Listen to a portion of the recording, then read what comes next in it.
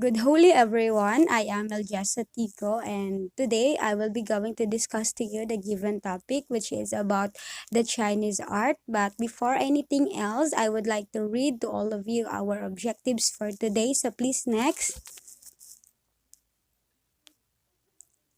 So our objectives is the students will be able to define what is Chinese art. The second is to discuss the different kinds of Chinese art. Next, please.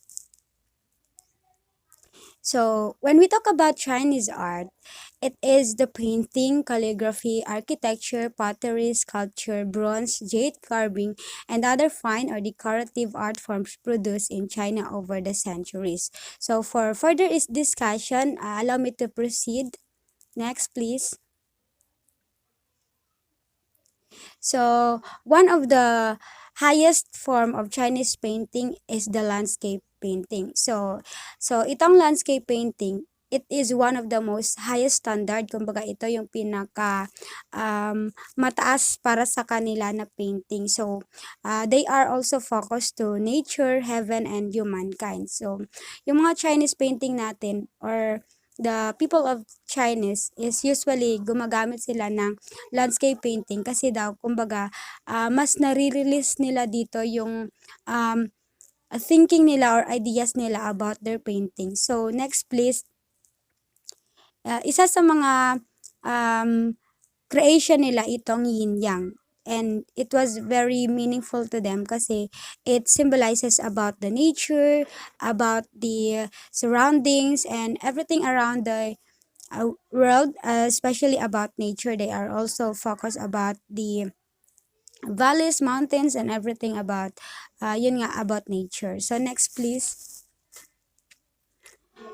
So now let us proceed to the inventor of the paper. So the Hancock and Nook or Kylon. So he was invented the paper in the first century AD. It provided not only a cheap and widespread medium for writing, but painting became more economical. So yun nga, dahil sa pagiging talented nila, si Kylon siya yung unang tao na nag-invento ng papel. So next please.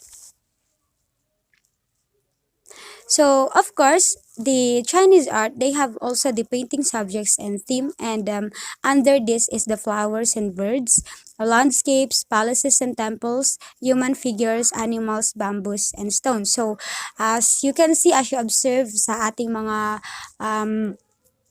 Chinese people, minsan 'di ba yung mga bahay nila, nakikita mo talaga yung mga culture nila. Sa mga bahay nila, nakikita mo sa lahat ng mga disenyo sa kanilang country, nakikita mo doon yung mga ah, kung ano talaga yung ibig sabihin at pinapahalagahan talaga nila yung mga kultura nila, especially when it comes to paintings and other more. So, next please.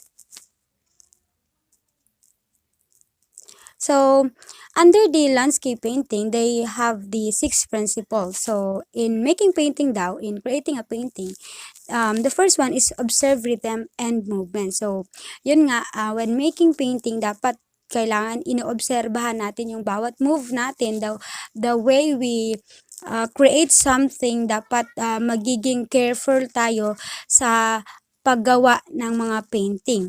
And the second one is use brush in calligraph. So, napakalaking ambag din yung paggamit natin ng brush. Siguro para ma-clean yung paggawa natin, hindi madumihan gamit ng kamay. Kaya usually gumagamit tayo ng brush, pencil, and many more. So, para maging clean yung ginagawa nating mga painting.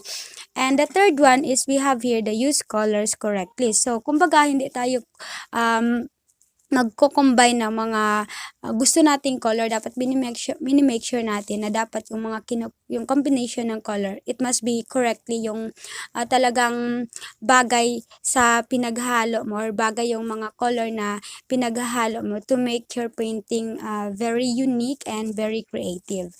And the third one is live up to tradition by copying the master's artwork.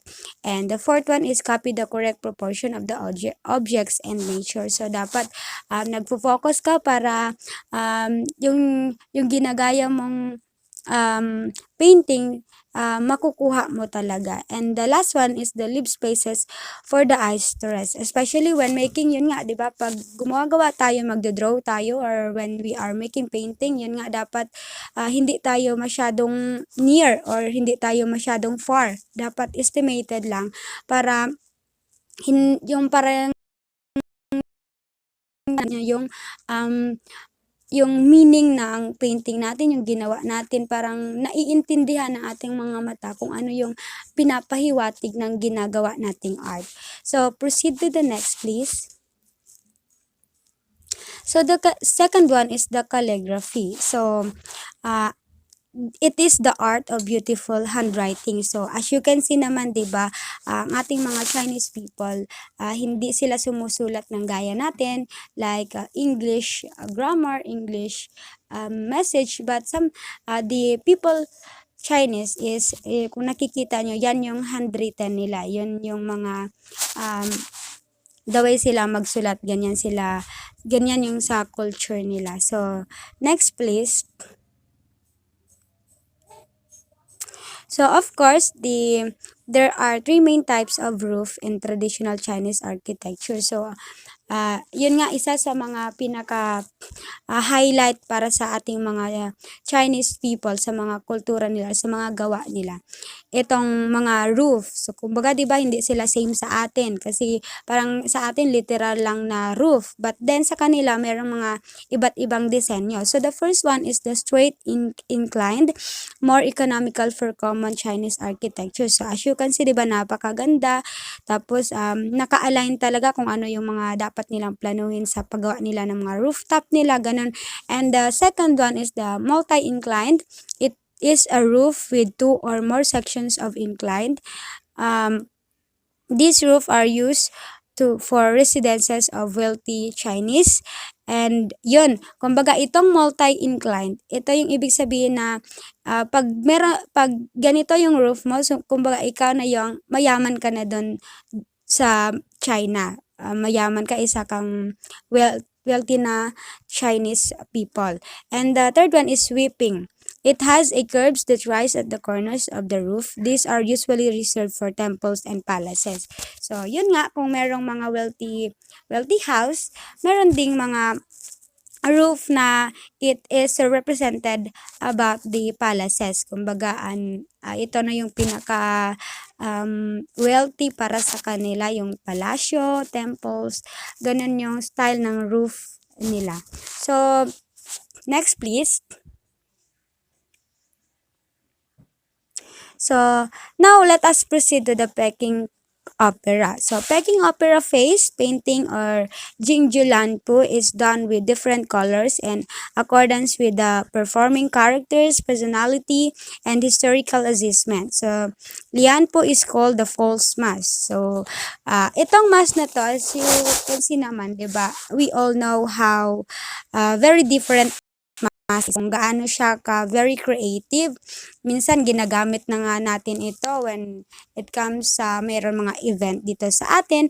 And then of course, kaya itong lian po, it is called the false mask kasi nga yung hindi mo kilala kung sino yung behind the mask. So, kumbaga itong false mask na to or lian po is, kumbaga ano lang talaga siya, yung creative mask or creative art na pwedeng i-wear ng isang tao kapag yun nga, kung gusto niyang hindi magpakita yung mukha niya. And of course, this mask also part of their culture. And please next. Okay. So now let us proceed to the meaning of colors for face. So syempre, when they are making the mask, especially yun nga, yung paggawa ng mask, hindi sila basta-basta na gumagawa lang. Of course, gumagawa sila na meron talagang meaning. So yun nga, 'di ba, bawat color, every color na ilalagay nila sa mask, dapat there will be something na nagse-symbolize siya sa kung anong-ano. So, first one is Guanju. So, it symbolize the red. So, it indicates devotion, courage, bravery, uprightness, and loyalty. So, kumbaga kapag meron kang color red na nabilong doon sa mask mo, so it symbolizes na napakalakas mong tao and napaka-loyal mo. And it take you courage, kumbaga ginagamit mo to or you are putting this red color kasi it was symbolizes of who you are. And the second one is Huang Pang. So yellow signifies fairness, ambition, and cold-headedness. So third one is Zuwen. A green face tells the audience that the character is not only impulsive and violent, he also lacks self-restraint. So very understandable na. So fourth one is the Zhangfi. So black symbolizes roughness and fierceness. The black face indicates either the rough and bold character or an impartial, selfless personality. So next please. So another is the Lian po. So purple stands for uprightness and cool-headedness, while a reddish purple face indicates as just and noble character. And the second, another one is the cow cow. So white suggests treachery, suspiciousness, and craftiness. It is common to see the white face of the powerful villain or on stage. And another one is the Jangan. So the clown or Chow in Chinese opera has special makeup patterns called Xiao Halian, the pretty painted face. Sometimes a small patch of chalk is painted around the nose to show a mean and secretive character. So, yung mga clown, dito sa atin, di ba, kung yung mga clown natin, hindi man siya mask, pero parang mask kasi minsan napapasobra yung mga makeups nila.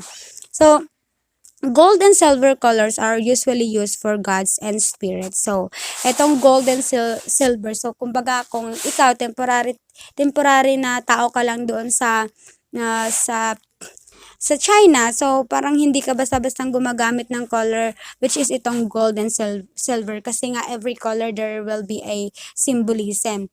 Nagsisimbolize talaga siya and there will be a meaning behind this color. So, next please. So, ayan yung mga mask na sinasabi doon. Ito, yung bawat mask na pinapakita dyan, may mga meaning yan sila. So, napakaganda, diba? And minsan nakakatakot na yung iba.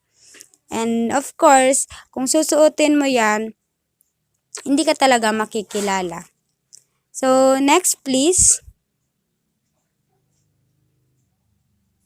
So, now let us proceed to the Chinese folk art. So, in China, traditional funerals include burning yunbao, which is a folded paper that look like gold nuggets or ingots called saisi, also in ghost festival. So, nakikita natin to no sa mga movie ng China, especially doon sa, as you can see doon sa, kung napanood nyo yung Ong Bak, yun, di ba?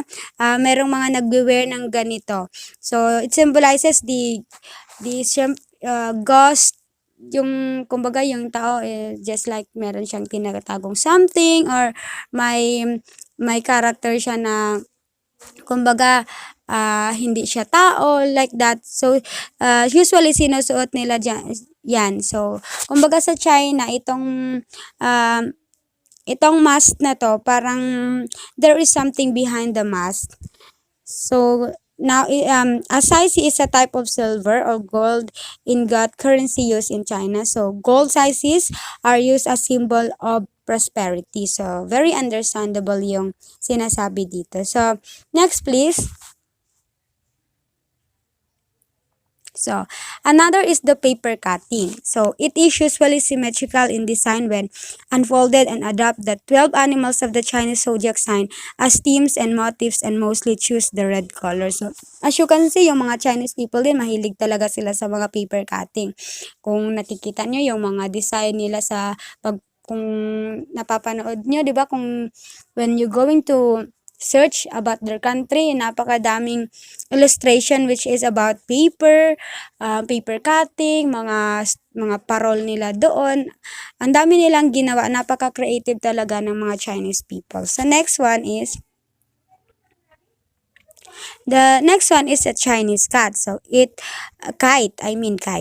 So it originated in Wilfang, Saldong China or the city of kites. So, sila din yung pinaka highest or sila din yung nangunguna sa paggawa ng kite kasi nga napaka-creative yung kite nila, 'di ba? Kung titingnan niyo naman na napakadaming image na makikita niyo, they are not just going to create a kite just for nothing or just for playing a game, but of course gumagawa sila ng kite na mayroong meaning pa din yung there is it symbolizes about their personality, mga ganun talaga yung mga ginagawa ng mga Chinese people sa mga bawat ginagawa nilang art. There will be a story behind that.